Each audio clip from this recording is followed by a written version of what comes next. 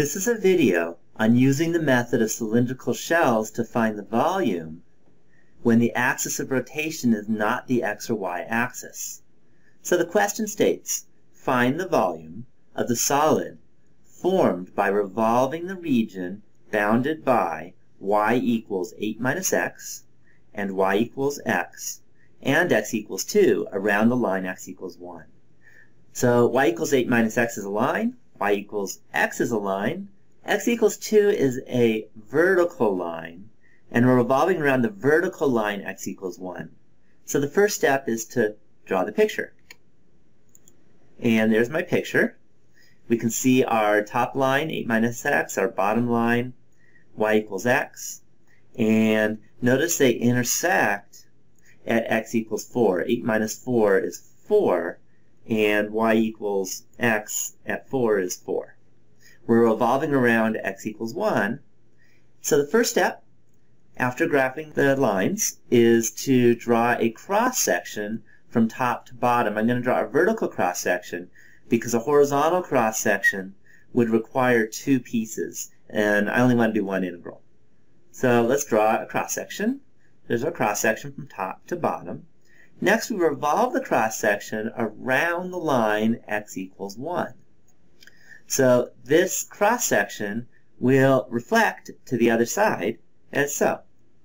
Then I connect the two cross-sections here with two ovals, one from the top to top, the other from bottom to bottom, as you can see. And what appears but a cylinder. And the area of our cylinder, if you remember the area formula, is 2 pi times the radius times the height. So 2 pi RH. Now we need to find the radius and the height. So first the height is going to be the distance from top to bottom.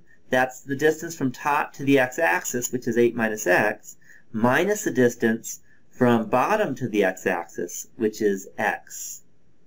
Now let's find the radius. And the radius is the distance from the cross-section to the axis of rotation. Well, we know that the distance from the cross-section all the way to the y-axis is x. That's too much because we need to subtract off this part, and the distance from the y-axis to the axis of rotation is just 1. So our radius is going to be x minus 1. Now we're ready to substitute these into the area formula.